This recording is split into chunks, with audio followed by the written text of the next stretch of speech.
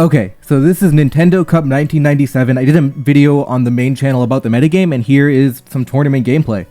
So we have 3 aces here, level 55 Tauros, Alakazam, and Lapras, and 3 50 Pokemon. You have to add up to 155 or something? 155. Anyway, 1 level 55 Pokemon is what you bring.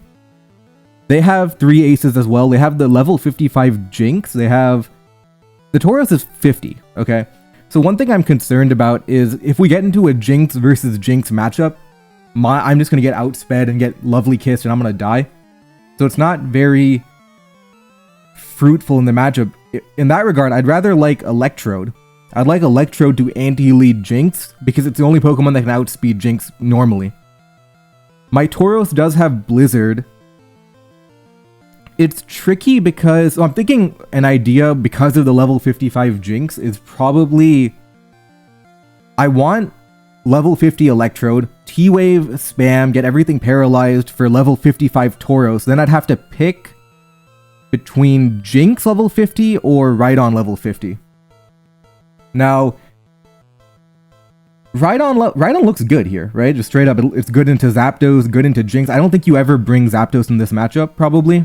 Maybe you threaten Lapras, maybe. I don't think you would bring a Tauros into a Tauros if you're just slower than everything. So I'm thinking Jinx or Lapras, right? Jinx or Lapras, then probably Rhydon Gengar or Rhydon Tauros even. Again, I'm not too familiar with the metagame, but that's just what I'm reasoning out here. So I think I would want Electrode. I want Tauros, and I want Jinx, probably. I think that's what I want to do. Jinx, and then Tauros, yeah. Electrode, yeah. This is what we wanted. We have one of the Pokemon that can outspeed Jinx, which is tough to do. Now, the problem here is I didn't get this far ahead. Do I want a T-Wave or Double Team first? I'm not sure what's better odds-wise. T-Wave is always at least alright. 160. My Tauros would outspeed it. I could also Boom immediately here. They go to Rhydon. I'll go hard Jinx, and I should be able to Lovely Kiss a Pokemon after that. They'd have to... they could predict me, to be honest. They go hard Jinx again. In essence, I got outplayed here. Now I have to figure out what I do versus Jinx.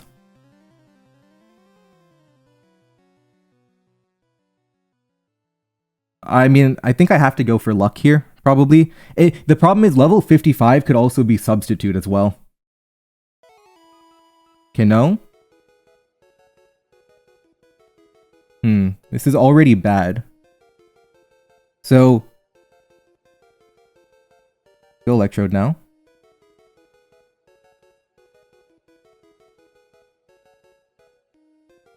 Okay, I get the T-Wave off, which is good. They Blizzard, don't freeze me 30%. They got it. So now I have 2 Pokemon who can't move. Electrode's just done for. I can try and wake up Jinx, maybe. It's not even a terrible idea because I got the Jinx paralyzed. Now Tauros comes back in. I'm just getting cooked right now. We'll have to give up Electrode. This could have Substitute as well. No, okay, good. Okay, we'll go to Tauros here. Now the one advantage is that I have a level advantage, you know, first and foremost, and I also have Blizzard here. I feel like Blizzard... So Hyper Beam does 65-ish. Where do I want to greed my Blizzard? I can Blizzard one... I can Double Team or Blizzard. I think Blizzard is better. Okay, critical hit. Frozen, okay. And the comeback begins. Here we go. Here we go. The comeback begins after getting destroyed in the early game. Well, they can Horn Drill me, but here we go. Here we go. I'm gonna have to come up with a better plan versus Rhydon here. I don't think my approach was right, but I think I might be winning here. It depends. If I Earthquake and Blizzard might be able to knock me out. Oh, well, That's Gen 1 for you, 30% Blizzard Freeze. Now I think it's kind of over. I can Body Slam safer in case I want to go Jinx or something there. Yeah, I can double team as well. And a frozen Pokemon cannot unfreeze.